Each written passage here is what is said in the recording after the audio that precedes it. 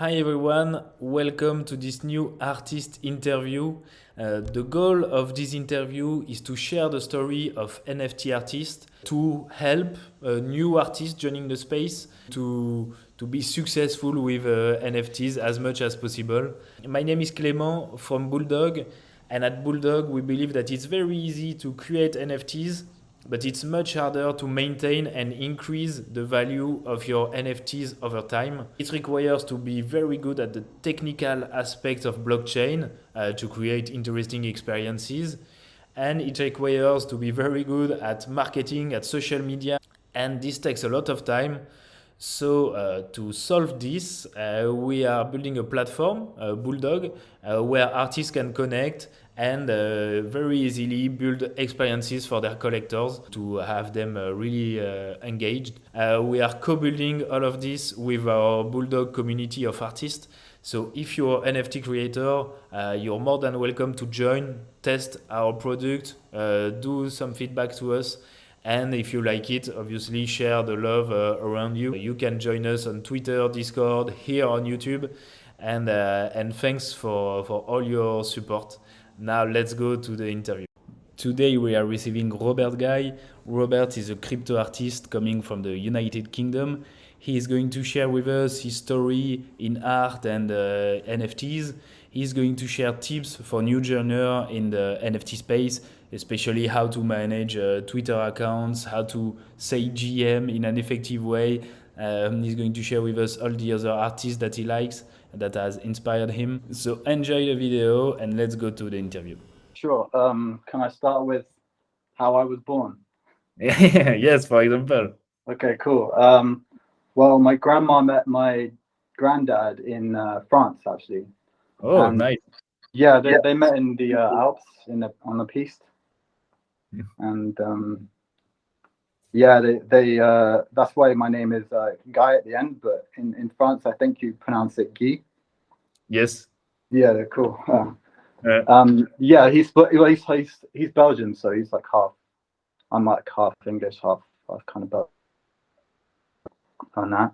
And yeah, they started a light business with lights, and they opened up a factory. And then my granddad, well, the family got split in half because they had a helicopter accident, and half my family got, well, yeah, half. And then my mum met my dad in the factory. Then they kind of fell in love and met me. Or they met me as in like I came out. yes. Born. And yeah, and then the rest is kind of like I went to school, and then I liked it, and I was getting on until like 6, and then I decided it sucked, and I wanted to like get out, but not in the sense of like being a naughty kid.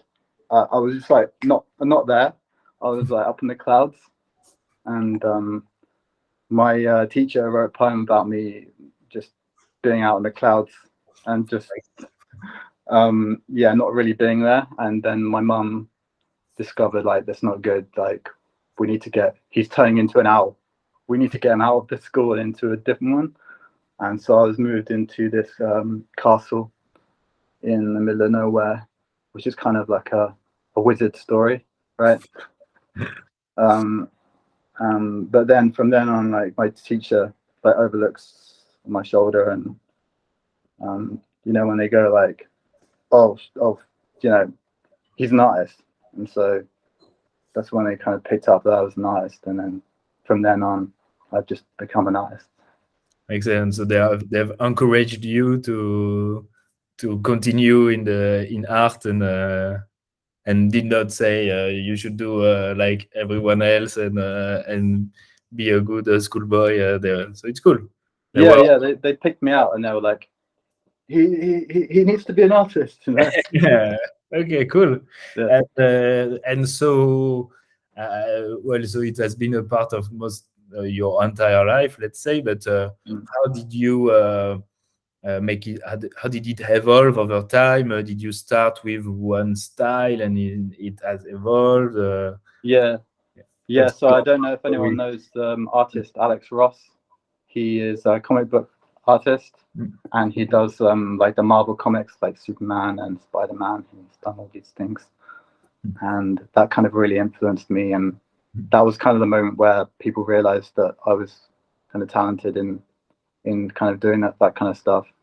And I thought it was cool, but I didn't feel like I was a storyteller or was massively into comics myself. But I got watercolors out and I started to like paint my friends and stuff and made them superheroes. It was cool. And then I told my art teacher, professor, I was like, it's not for me. I don't really feel like I'm going this direction. And he was like, hang on. And so he gets out this massive picture of Jackson Pollock painting, and he was like, do this. So I ended up painting this Jackson Pollock painting, but I didn't know it was done by marble at the time. So I just kind of hand painted it, like just how I would with watercolor and Alex Ross. And then I used other mixed media, and then I got really into mixed media stuff, and I kind of felt like I was Venom, and the kind of wackiness of Jackson Pollock was coming through my fingers. And I decided to go out into the beach and the ships and just draw the textures and get really like kind of abstract with that stuff. And then I kind of was in between like cultivating that as an art student in between Alex Ross and my abstract work.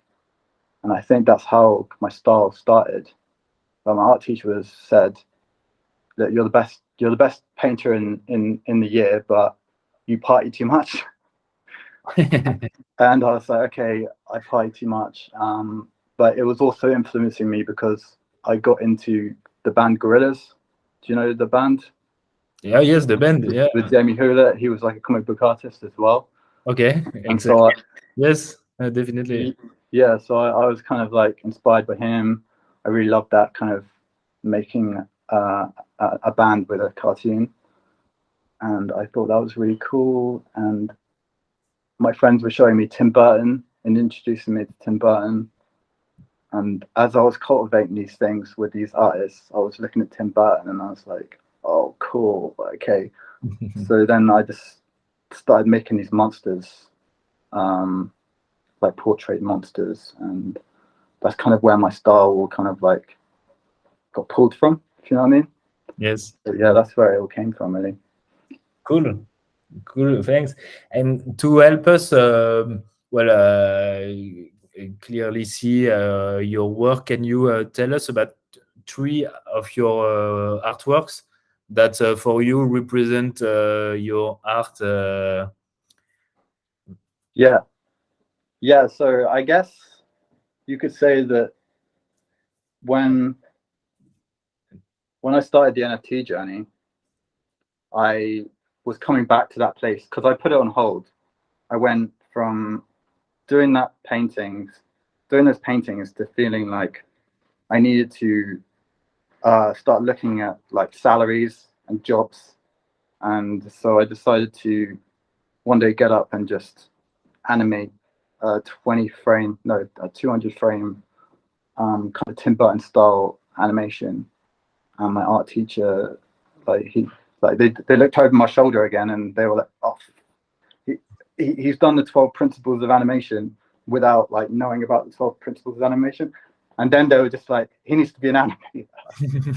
So then I got like really convinced that animation was kind of my dream. And I think that, you know, when you go on the Pixar movies, you see the special features and you get brought into the whole, like running around in a scooter in Pixar is pretty cool.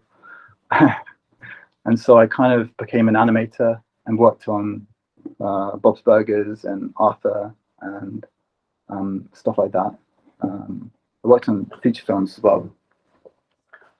So then I came back to the NFT space, long story short, and I decided to finally merge the Gorillaz, the Tim Burton, the Jackson Pollock, the Alex Ross kind of portrait paintings into this monkey series, which is the A3PNZ collection. and that first one, Alodic, is kind of the first one I pick as like where I thought like this is it, like this is where I go from here, like this is my journey from my hiatus to like here. And then I guess the first one in the Bear collection as well is, I feel like it's my personality like right now.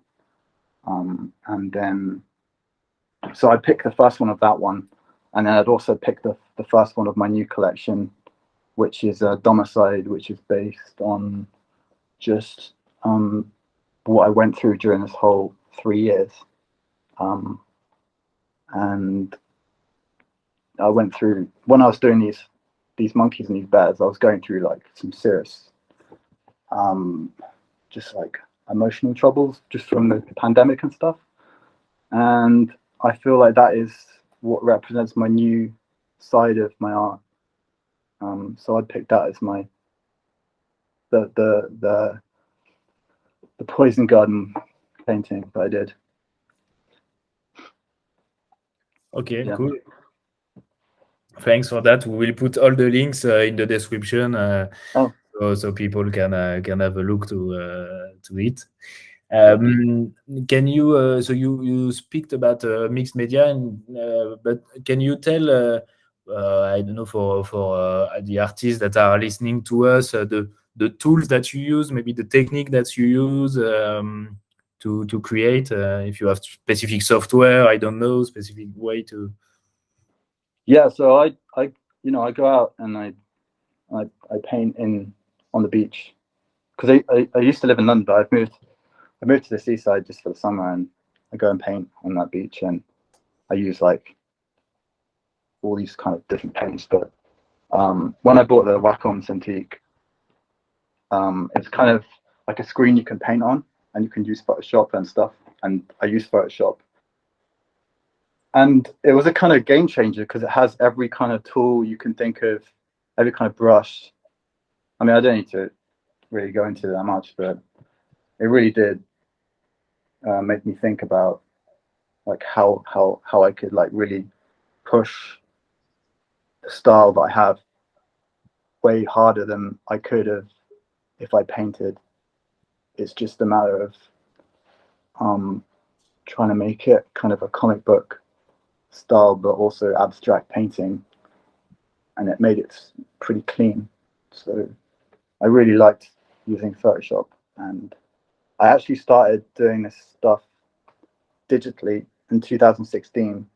Okay. Where I just like to do it as a hobby and just go in, and when I felt emotional, and just kind of go into that style.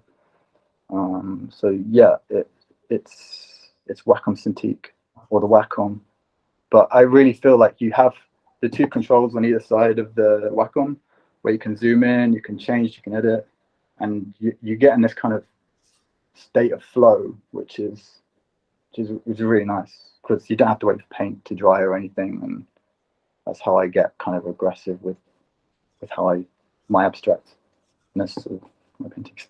Okay, cool, thanks. If we discuss a little about how you use the blockchain, so can you first tell us when did you started to make NFTs? How did you discover this tool? What was your motivation? Do you mean like when I first got into crypto or NFTs? Yes, both. Both. Yeah. Well, I don't know. I should tell the whole story. It's kind of like okay, I will. There's a show on TV in England, and it's kind of like it's called The Dragon's Den, where entrepreneurs come up and they pitch, they have a pitch of an idea, and this guy was doing some sort of like browser, and he said there's a competitor which was like a crypto browser, and these guys all on the boards, they were just all in, and then they were like all in and then some, and this guy was like, oh, what, they all joined forces to it was crazy. And then I just thought, like, this is nuts. Okay, so obviously crypto is going to be quite big, and I was either going to go invest in this browser or I was going to invest in like Bitcoin, and I kind of went just bit kind of both. And then yeah, people were saying on Twitter, yeah, I got opened up to the crypto Twitter, and I saw all these guys talking, and it was pretty cool. And I feel like the whole ape thing was also encouraging me with the idea that I'd do these spider monkeys for my collection. But then, yeah, so the Ethereum was like something that was solid and that everyone was saying wasn't going anywhere.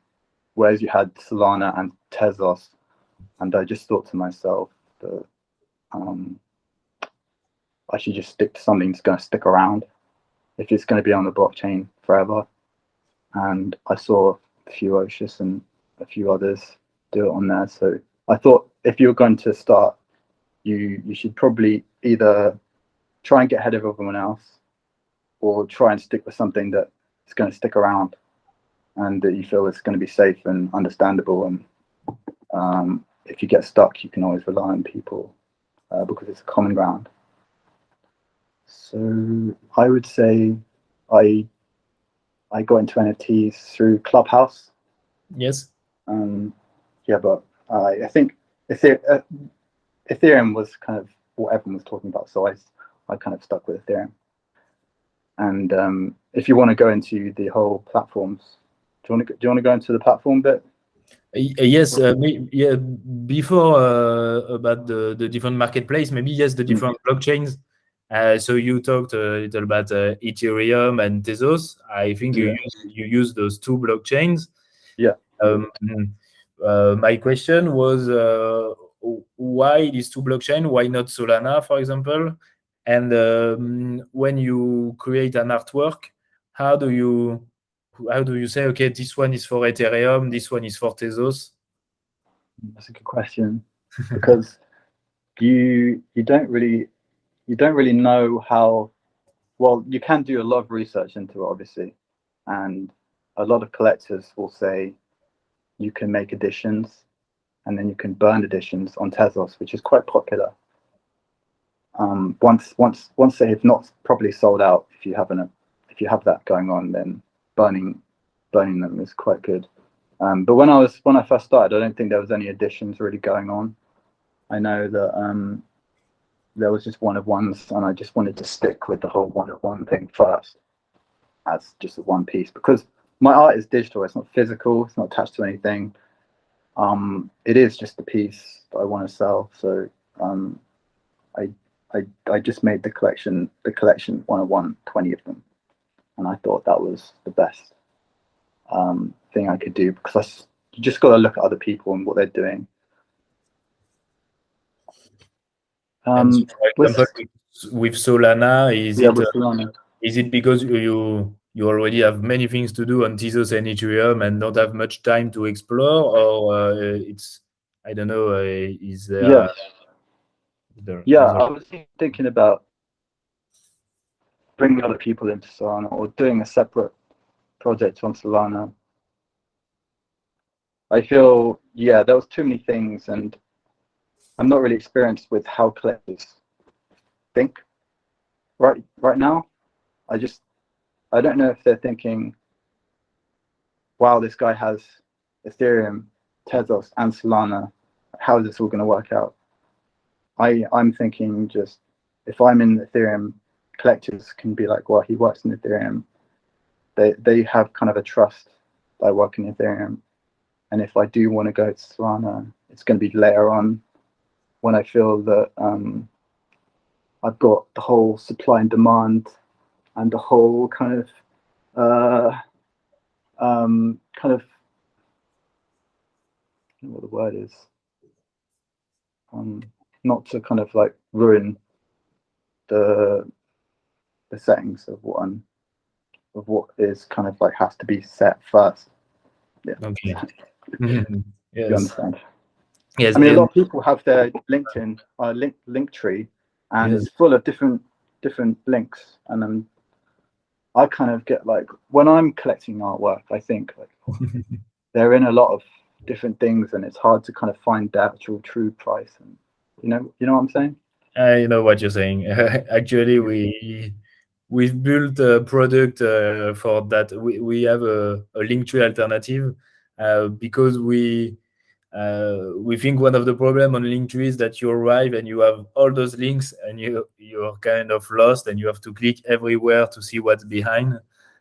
So well, I don't know if we completely solve this problem, but we allow to add pictures, so you know a little bit more what is behind the links, and you don't only see, well, this is my collection on Tezos, on Ethereum, on Solana, but you have example of artworks, so you can have a better overview, let's say, of what is behind.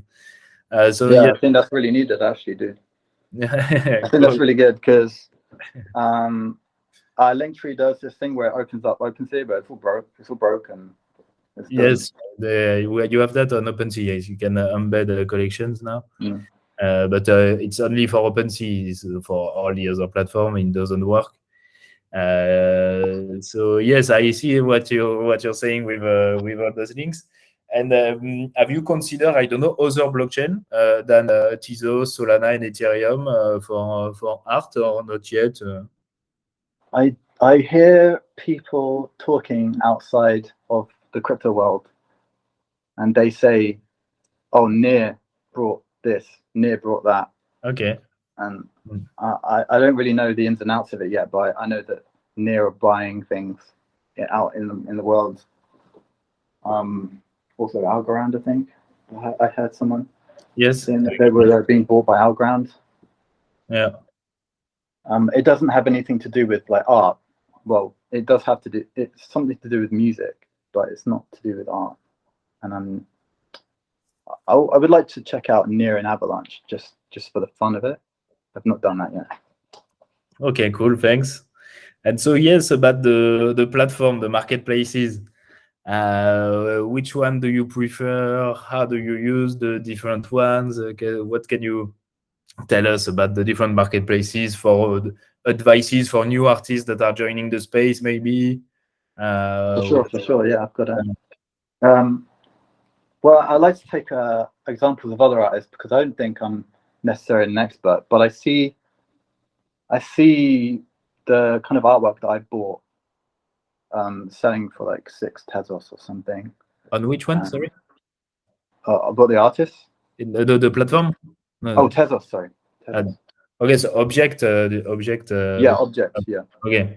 Yeah, so Object do kind of editions, and lots of people do editions of like 10 to 20, sometimes 100. And I think that I've seen artists hold like 20 in a edition of like 50. And I think, what are they going to do with that 20? Are they just saving it to dish out more later? It's kind of like a supply issue. Whereas I think people that hold 20 editions and don't manage to sell all of them should just burn the others. So then the collectors are like, right, we've got this now, and there's no more ever going to be made, and they feel like they can value it properly because it's done. And so they decide what it will be valued at, and suddenly you'll find your 6 Tezos edition artwork go straight up to 100. Do you understand? Yes. Yes. So I've seen Yes. that happen in Tezos, and that's really interesting. I think that's really good for artists to know. And I think if you wanted to go into Ethereum, make one of ones. I know I'm giving advice, but it's what I've done is I've made one of ones. I see people do collections to 20 to 30, and I think that's pretty cool. And that's on OpenSea, and I did do that on LazyMint because I'd started with not knowing. I didn't want to like outdo myself on like minting a load of things and taking a risk. What was And the I know, tool you said? Sorry, Lazy Mint. yeah. Okay. Yeah. So LazyMint on OpenSea allows you Yeah. to put your work up. You have the sign-in fee for OpenSea, and then you put your work up, and the collector has to come in and pay the transaction, but I think they have to pay for the minting as well. Okay.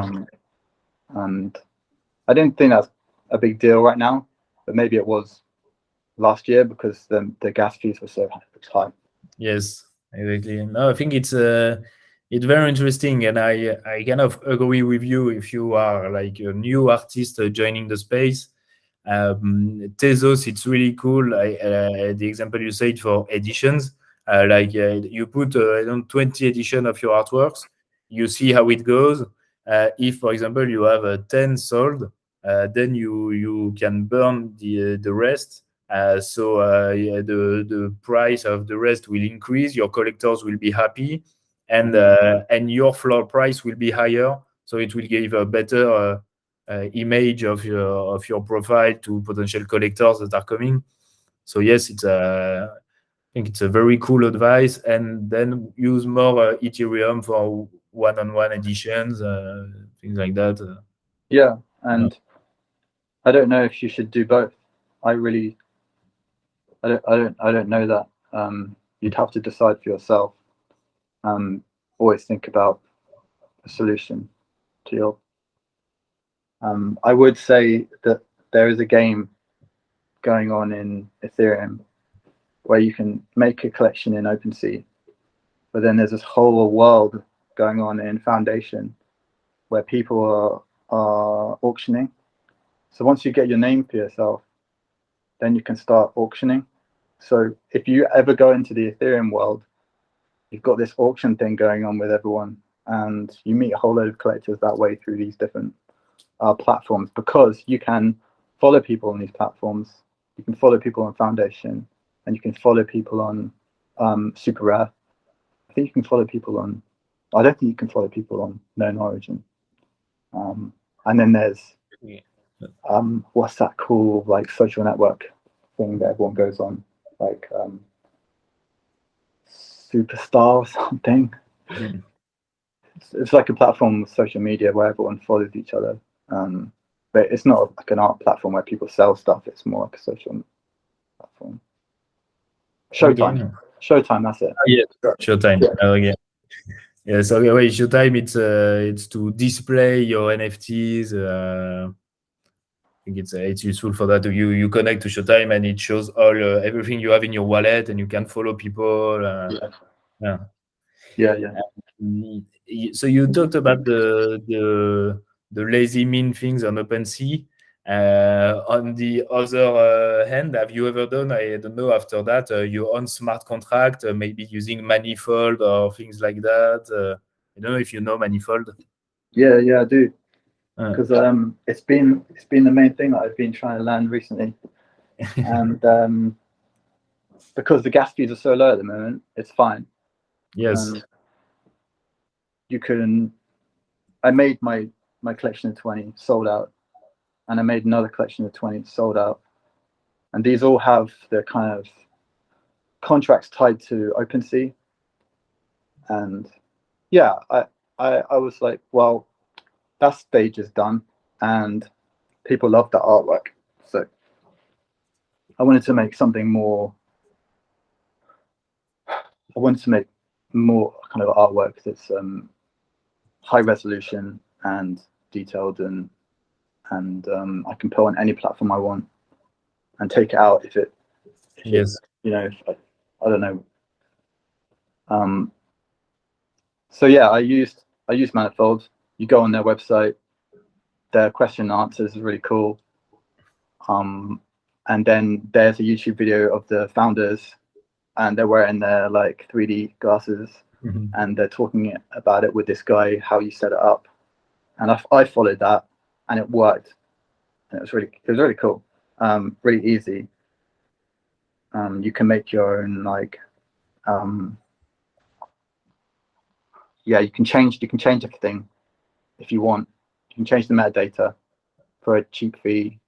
I mean, I could go on, but it's really good because I chose to put it on to LooksRare, the collection that I put on Manifold, and I think it's a really good idea. Cool. It looks really cool on LooksRare. They've got a cool user face, and Nice. everything's pretty cool. And no one ever does put anything on LooksRare. They always go on Foundation, or they go on Known Origin, or if they get a chance, they can go on Super Rare. But I always want to be like, nah, I want to do things different. I'm always trying to change it up a bit, just in case you find, you know, a new way of doing things. Cool. And what was your experience on LooksRare? Do you met collectors there? Did the artwork sold like you wanted? Do you think it's good? I changed the price because I worked so hard on it. I worked so hard on this collection. It was ridiculous. I went out into the countryside and really thought about this collection, and I really spent ages on it. So I did up the price. So I haven't sold anything yet, and I didn't expect to sell anything straight away. I don't want to say sell. I just want to say, like, they haven't found me yet, or they haven't really understood it properly yet. So I found that LooksRare does a really nice presentation of the whole work, and the green is cool. Yeah, cool. We'll put the link in the description, so everyone will have a look to your super rare collection and check it. Cool. Thanks. Do you add sometimes utilities in your token? For example, you say if you have this token, then you can receive an airdrop, or if you burn this token, then you receive another one, or you get a whitelist for the next one. I don't know, this kind of thing. Do you do this kind of mechanisms? Or? I've seen artists do really good things. So one I recommend is Custom Horror. He's really active with doing that kind of utility stuff. Cool. I still think it's too early for me to do some utility, but I have set up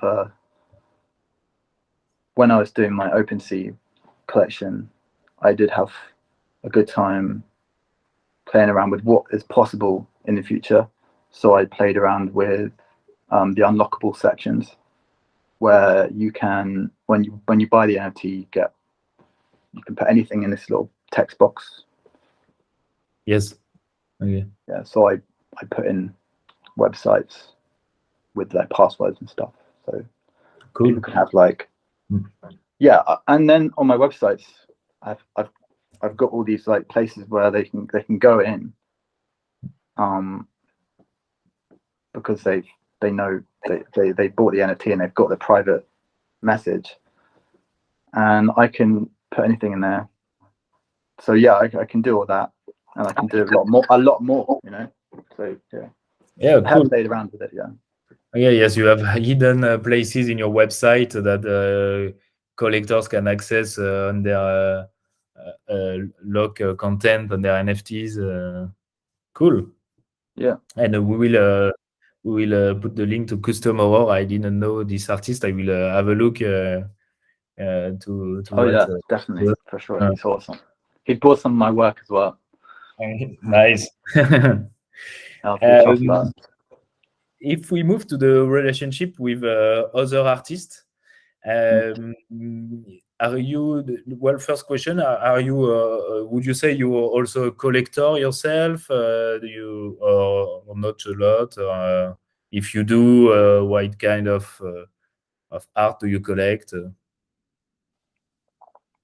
I go for art that like shocks. Okay, good. Yeah.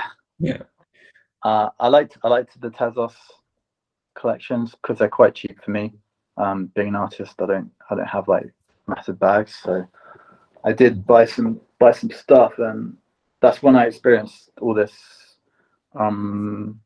edition stuff happen, and you know, I bought some like editions early, and they have gone up substantially in price, which I don't really mind, but I just like owning them, and yeah, I am a collector, I think, and I'm always urged to collect more.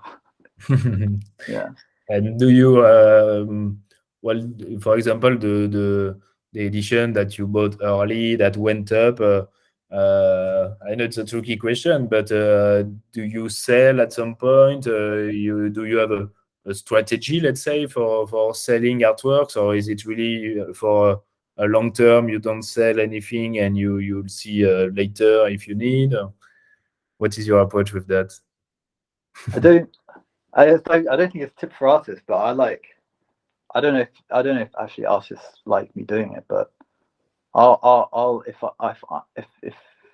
I'll just whack up the price to like ridiculous, like well, not ridiculous, but I'll whack it up to like really high. So like if yeah, I just whack it up really high. If I want to, I just list it for a really high price. Just I don't know. It feels like people do it with my work.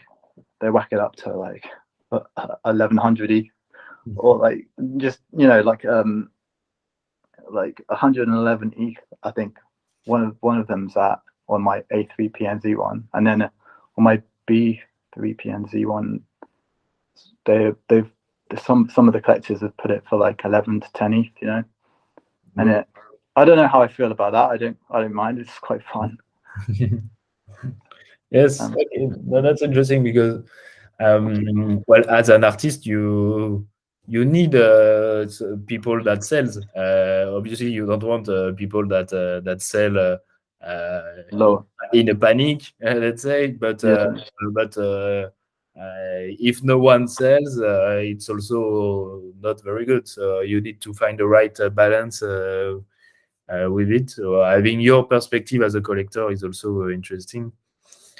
Thanks. Yeah, and I would say I think artists just like you to hold it. Don't like you to list it. Like I don't know.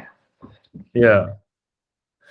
And are you a member of DAOs, artist groups? Yeah. Well, I'd say no. And I've been to some events of NFTs, and from what I gather is there's a traditional art world, right? And they seem to have their own system like down. They know what's going on. They know how the game works. And I think the NFT space is trying to change that, right? And trying to move into a different direction, especially with DAOs, I think. And from what I've gathered from these events that I've gone to, no one's really got it right yet. And until I find someone that's going in the direction that I feel that is cool, I don't think I'm gonna dabble in things. I don't think I'm gonna like dabble in DAOs. Okay, cool. So yes, you're not really into those communities, not yet at least. Not yet, no. Cool. And do you do collaborations with other artists? Yeah. I love talking to artists. It's so fun, and it's you know, Twitter is incredible. Yeah. Instagram is pretty cool. I've got so I've come up with like three ways I collaborate, and I think the first and most important one is collaborating in the GMs on Twitter. Collaboration. Because it's kind of everyone has to kind of do it to kind of come together with the algorithm of Twitter. And the best way you can do it, so if you start on Twitter, and when I first started on Twitter, I didn't have anything. I just started brand new when like a whole year ago, and I went to, it's kind of like a bird going into the Amazon rainforest, but it's like I'm trying to make friends, and it's just like noise. It's like, what is going on? I can't decipher. I can't chat to anyone on the home feed. It's all like a mess. But if you go onto the search engine at the top, it's your best friend, because you just type in GM, and then you go onto the advanced section and you can type in people I know, and you can have breakfast, and you do that, and you just got all the good mornings of all the people you want to make friends with or connect with. And I think that's a really good way to start if you really find it like hard to make friends or collaborate with artists, is do that. Yes, that's very cool. That's a very concrete advice for a new joiner in the space. You search for GMs. Yeah, there is a filter, so for people I know, and you answer to everyone. And you engage like that with your coffee in the morning. That's cool. Yeah, it's like being in an office. I will do that. Yeah. I never use the filter people I know. I will start to do it. Yeah, it's a good one. And no one uses Twitter lists. Yes. No one talks about them either. It's like you can, people can be like, oh, they don't follow me, but they could be following you, like in their Twitter lists that are private, And so now that we are talking about Twitter, so you have two accounts, RobertGuy and 3PNZ. Can you tell us a little why you created a second account for the project? Do you think it's a good strategy for another artist to do it? At what point they should do it? I don't know what the learnings you have from these experiences.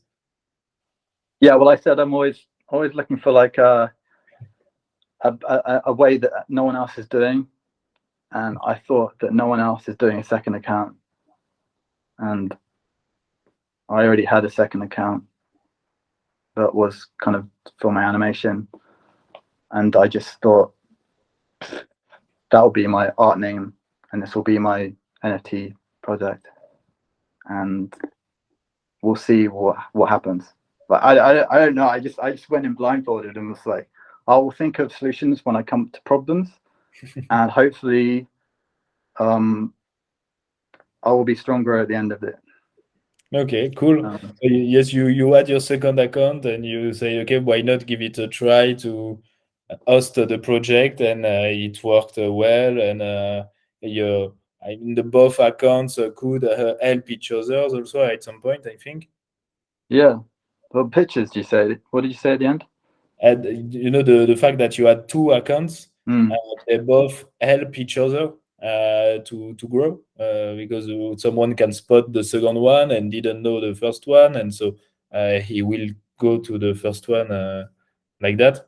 Yeah, I think that people, if they really like my work, you'll find them follow my personal account, which is cool. So you really know who your mates are, I guess, at the end of the day, or like who really likes you. And they're not just following you because they've seen you, and they're just following you for the sake of following, and well, where do you retweet a lot? Like, that is a question for me, is where do you create the most noise, and where do you have your presentation of your work? And I thought there's got to be one that's social and you share other people's work, and there's got to be one that when they come on it, they see your work and they want to scroll down your work. Okay, I see. So I think that was my plan, but I'm still torn between which one is which. Okay. Yeah. Okay, yes, that's interesting. Your plan was to have one where you don't interact much, but you present your work, and another one which was really for interaction, and so you separate the two like that. And the one that present the work, it's easier for people to see basically your artworks. Yeah. And I think we need maybe to say something about that, because I had a discussion this week with another artist who told me about an artist in the space that he really criticizes because he copy a lot of artists, and he was suspected to have two accounts and to use these two accounts to artificially, let's say, boost the other one. And even if obviously it's not forbidden, you are allowed to have two accounts. I think it's really important to be transparent on that, like you do on your accounts. We know that it's a link to RobertGuy, it's a second account, and you was the project like that. So obviously it's really good. But if you do separate accounts without saying that it's you behind that, well, it can be I don't know. We have a artists that do these kind of things, that do art anonymously in a way, and have also their names that is famous, and they do another kind of art, and actually they don't harm anyone. But yes, I think people need to be cautious about that. Try not to look like they want to take advantage too much of social medias with fake accounts. Sure. It really needs to have I don't know, an idea behind that, an artistic agenda behind that. Sure. Yeah. What I would say about that is, yeah, it's dangerous to have two accounts, because I think Twitter it doesn't like it. Like, it doesn't like you if you start to like do that. Twitter, it's against Twitter's rules, you know. So I would say I got what do you call it, taken off Twitter when I first started. Okay. And this is a really good tip for people who want to come in to Twitter, is don't go posting links in all these shill posts, because the Twitter bot, the Twitter algorithm will just be like, you're a spam bot, and they'll just kick you out for like 2 months straight away, like with no questions. Like, You had that? yeah, I had that. Yeah. Okay. Yeah, because I was trying to be efficient with trying to get my work out there, and so I was doing all these efficient things, and I was too efficient, and the Twitter kind of bot spotted it and was just like, you're posting too much, like in one day, and yeah, just banned me for like 2 months. So yeah, that was a bad thing. So it happens to a lot of people as well. But I think you can post as many photos as you want. I just think it's links. I think it's just a fine line. Just watch everyone else.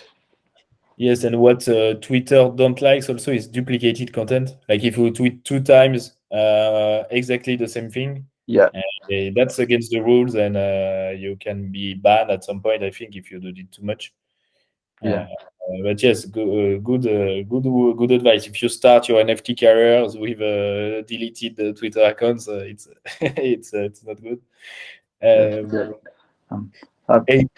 Yeah. Yeah, no, sorry. Still about social media. Can you? I don't know if you had this in mind. Maybe it's not precise, but how many hours per day would you say you spend on social media to manage your community?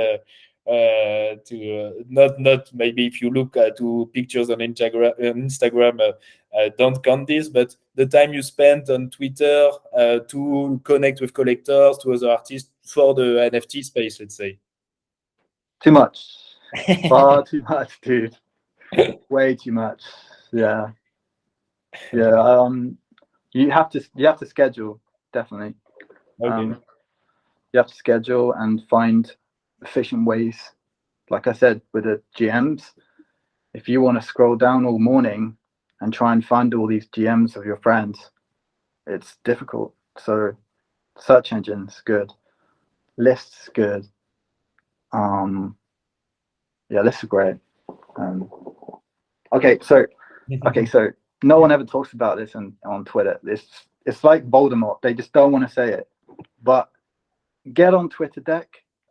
It's just there, and it's so good because Yes. Twitter Deck is just binds you all with everything, and it makes everything efficient, and you can actually just have it while you paint. You know, yeah, Twitter Deck. So Cool. there we go.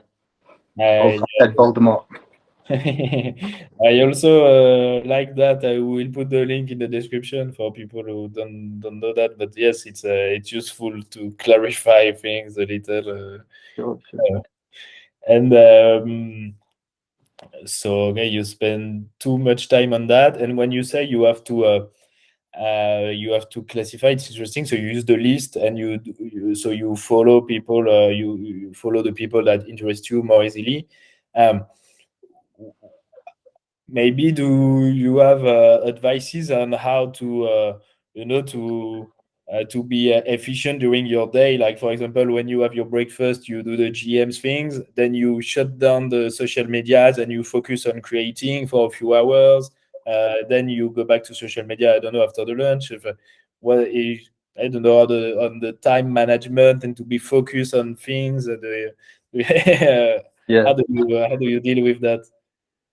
I don't deal with it very well because I get stuck in kind of, I want to do something first before I do something else, and often it's to do with social media.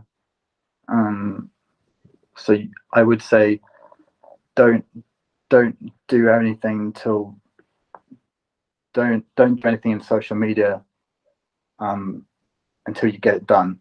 Just do a bit of it, and then you can always go back to it in your break from creativity, because you're always going to take a break, and it's good to go out and touch grass, but you can also go on, take a break and look at other people's work and just be consistent rather than just all at once. Yeah. Okay. I'd say that. And do you use Discord? Do you have maybe your own Discord server, or not yet, or you don't want to? I just feel like there's loads of artists who do have it. It's pretty dead. So I didn't do it. I thought that opening 2 accounts on Twitter would be better to do. Okay. Yeah. I had 3 points in on this collaboration thing, right?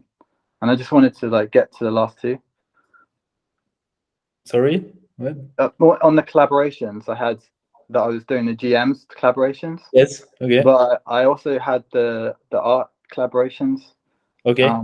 Yes. So I do have that going on in the background, but it's real slow. Because I don't really know how to put it out. But I see a lot of artists doing big pieces together, right?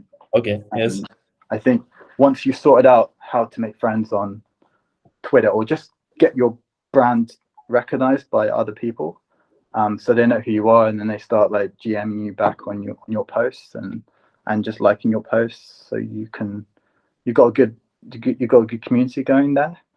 I would say once you've done that, you can start emailing and being like, do you want to collab? And I think people put way too much pressure on themselves to make a big piece together when you can just do like a 10-minute doodle with each other. And what's that going to do? That's not going to make it very scary for some other artists to be like, no, I don't have much time. It's like 10-minute doodle, dude.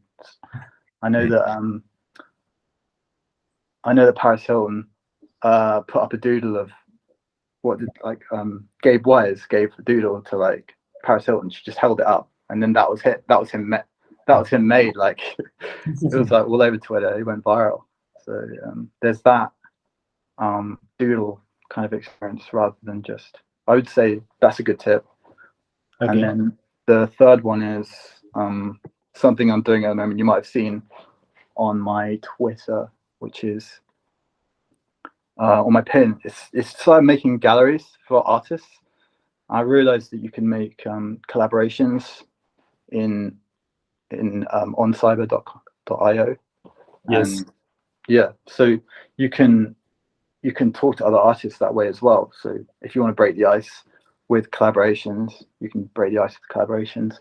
On the DMs, you can break ice with just showing people's art somewhere else, or just talking about that art.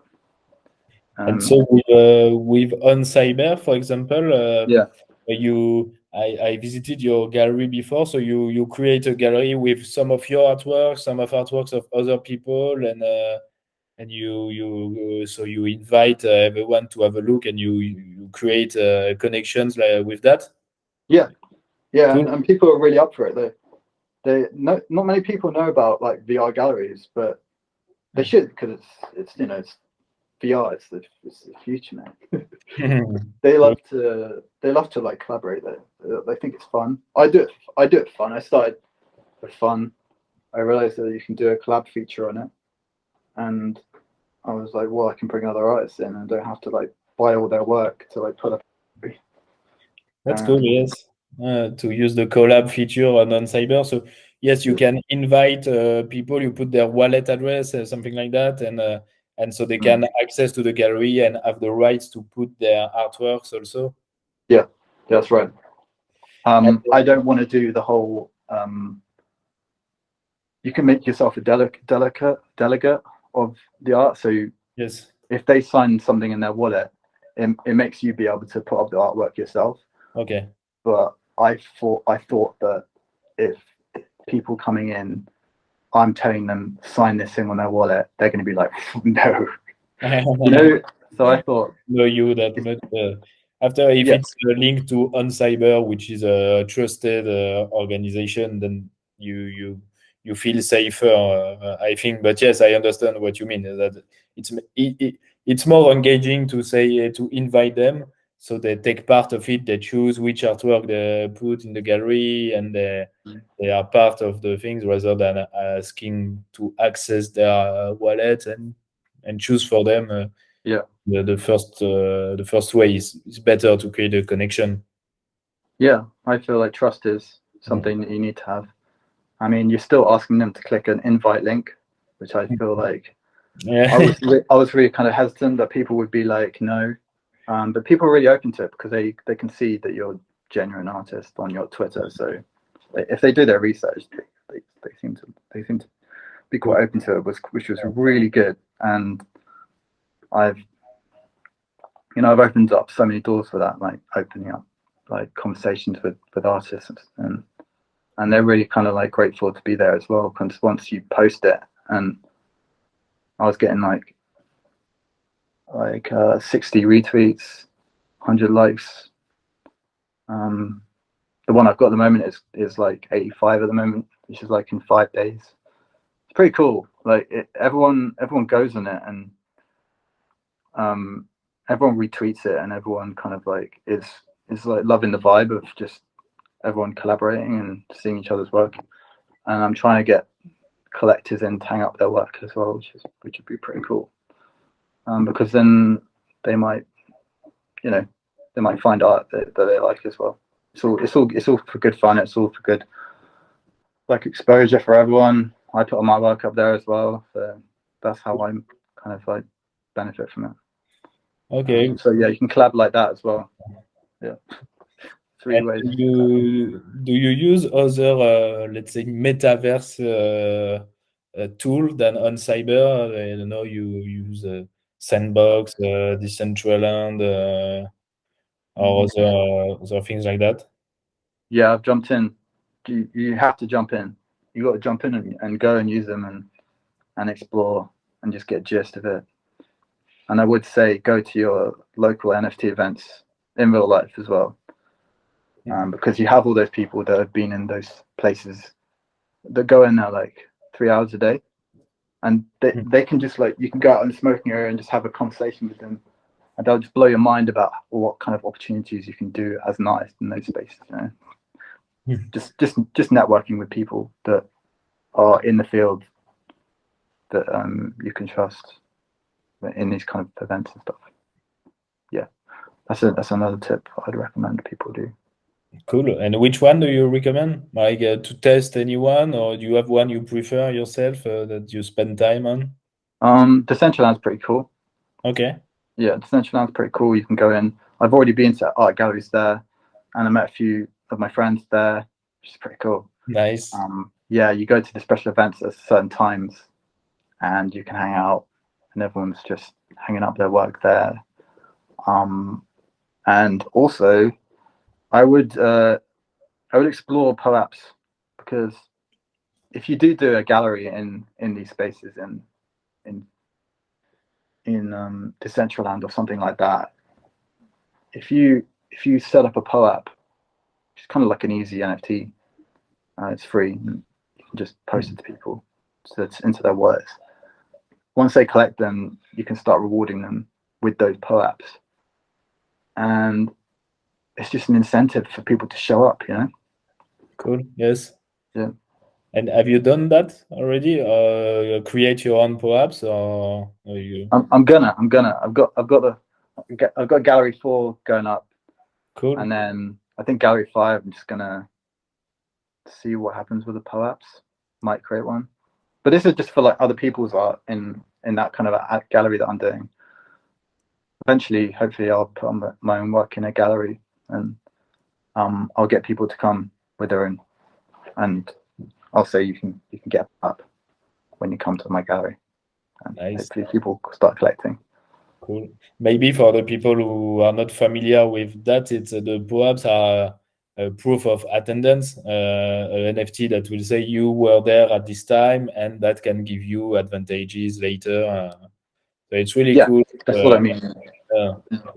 Really cool if you use this. I think it's a powerful tool to create a community, to strengthen communities. So yeah, if you have like a group of friends, and also people who are really into POAPs at the moment, and there are people who are really into POAPs.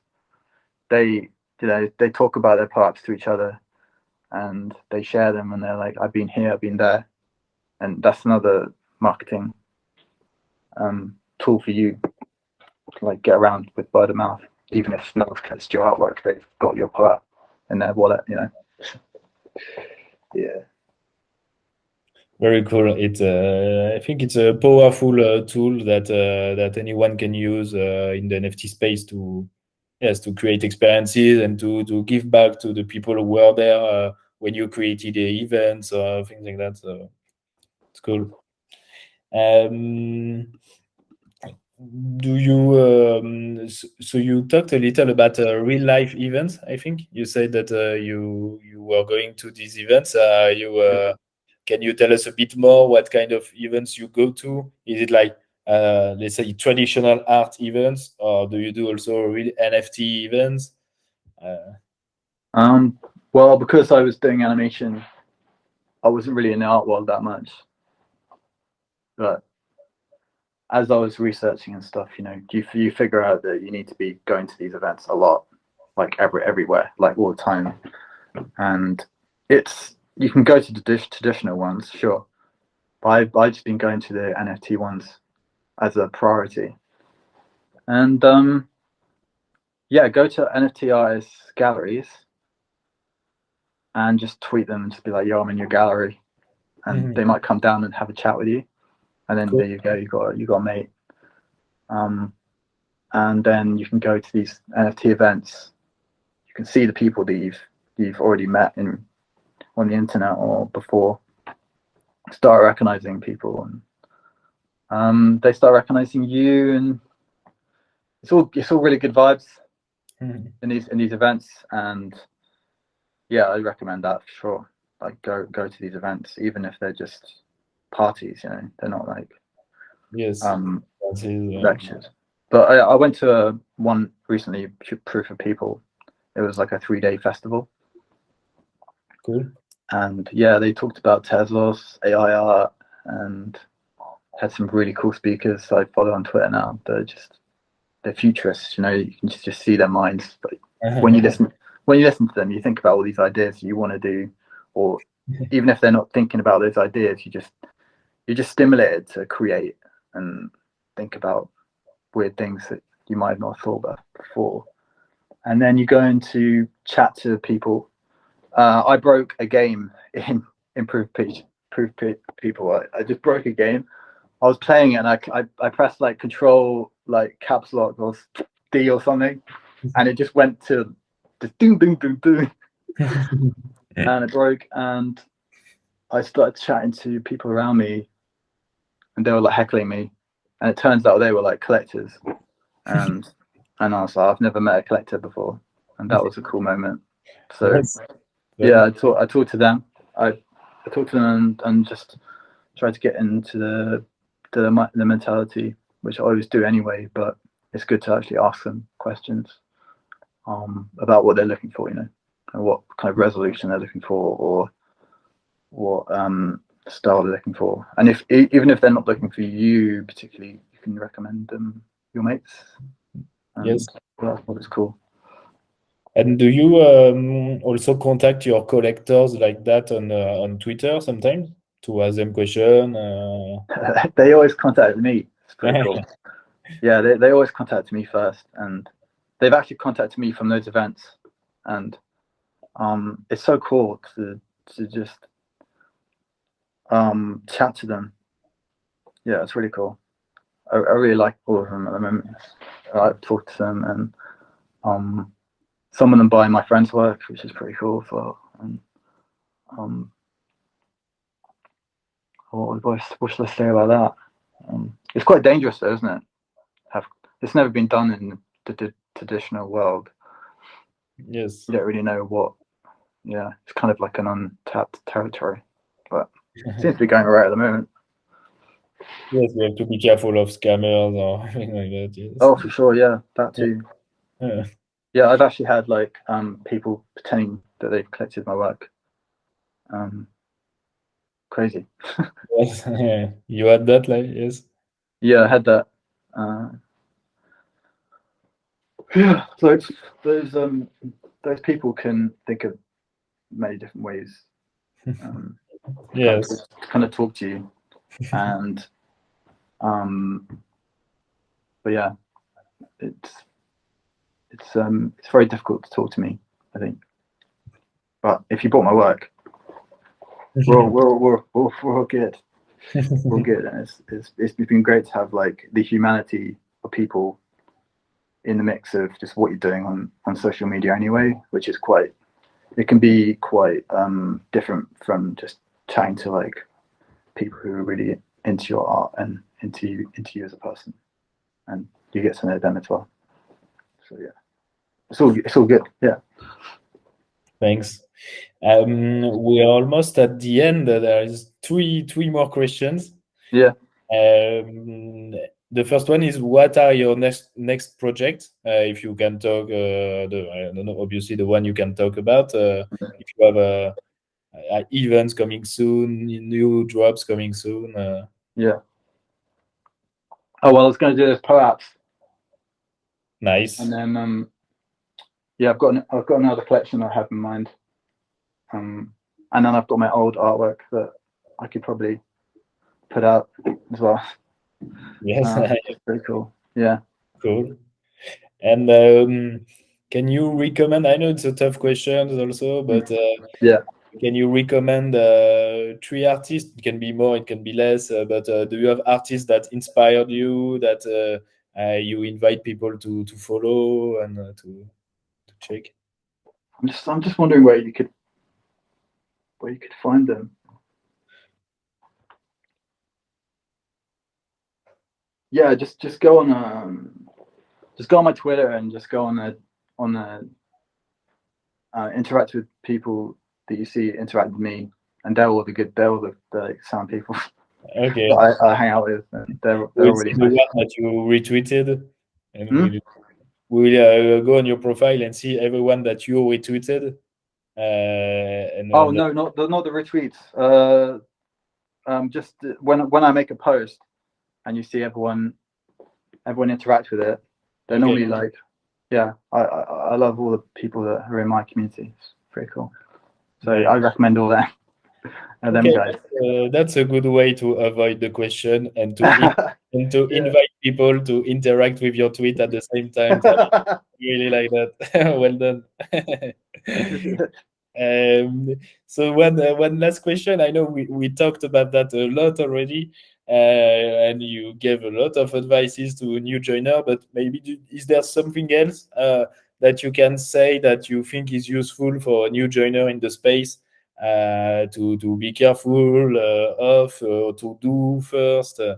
I don't know, something that you think it's important that we haven't discussed. No pressure if you think you've said everything already. No, it's cool. I think that the number one thing is just trust. Trust people don't like. Well, don't trust, verify, isn't it? That's what you wrote. So don't trust. I Don't was trust anyone. I say trust everyone. Don't trust anyone. Yeah, don't trust anyone. Verify and be safe and keep your wallets hard, and just pay attention to like how you set up at the beginning, and pay attention to how you set up your collections at the beginning, because most people won't know how to create, and part of your creation is sifting through your work and weeding out what is irrelevant and what is relevant. So really, and don't stop at like a final decision. Always like oscillate between thinking you've got it and thinking like maybe I should switch up. And it's good to like chat to people as well. If you realize, if you really realize that something's wrong with their work, oh man, I can't say that. not wrong with their work, but like wrong with like you can improve it, or like you know something that's I don't know. I've like, yeah, something that's like everyone else is doing, but you see like, okay, an example would be on OpenSea, you see loads of people making collections, but if you don't know how to make a collection, you've just got all your artwork in the collected section of that artist, and sometimes I have to go up to them and be like, you need to make that into a collection before collectors start collecting it, and just pick up the ones that you think are all going to fit into a collection and put it into a collection, and they say, oh yeah, okay, I'll try that, and they try it, and then they haven't sold in like 5 months, and then suddenly like within a week they have sold, and that's happened a couple of times to me. So yeah, it's cool to help other people out, but don't be offensive. Don't do the obvious stuff. Like, yeah. Oh, that's interesting. I discussed that with another artist this week. Also, the fact that in general in crypto Twitter, everyone is nice. We're all gonna make it and things like that. So we don't say the things that are not good. And it's important, obviously, in a nice way, in a constructive way, but sometimes to share with other artists. That was his advice. One of his advice to share with other artists a way of improvement. Like you say, if your collection is not well organized on OpenSea, for example, you can do this, and it will be more clear for the collectors. So I think it's good advice to first to be safe, to don't trust people at first, and then to give feedbacks, to share what you think with people with honesty. I think. Yeah, I mean, if they ask for it, I guess, and then yeah, I mean, you can. It's just, sometimes it's a bit risky because the social takes a bit of social intelligence to like get around it, right? Yes, it has to be done in a good way. Okay. Well, okay. Thanks a lot. Is it good on your side? Is there another message you want to say to other artists? No, I think that's it. I really enjoyed that. Thanks. Excellent. Well, I really when you come up with something like this, I think it's good to like just take a few days to think about it. If someone asks you for something, but I think that's a good advice for other artists as well. Just take a moment to like think about what you really want to do as an artist. Like I said, like with collaborations as well. So, and yeah, I took a few days to think about this. Think about doing it on camera, and I thought like, this is the first time I'm going to be on camera, right? So yeah, I really kind of like really happy that you chose to do it with me, and it's really cool to like get some tips out for artists, because I do love like caring about other artists and helping them. So it is cool to like just have this chat. So I hope I did a good job, man. You did a good job. It was really interesting. I learned a lot of things. I'm sure people who are listening to it will learn a lot of things too. Yeah. And thanks a lot for your time. And wish you the best for the rest. And we'll follow you closely to see the next project. So Yeah, thanks. yeah. now I call you RobertGuy. Now I know it's from France. I call you like that now. So thanks a lot, and thanks to everyone who've watched this video. You know how this works. You put a like, a comment, you subscribe to the channel, you join Bulldog on social media, you join RobertGuy obviously on social medias, and we see each other soon. Thanks. Yeah. Cheers. Bye.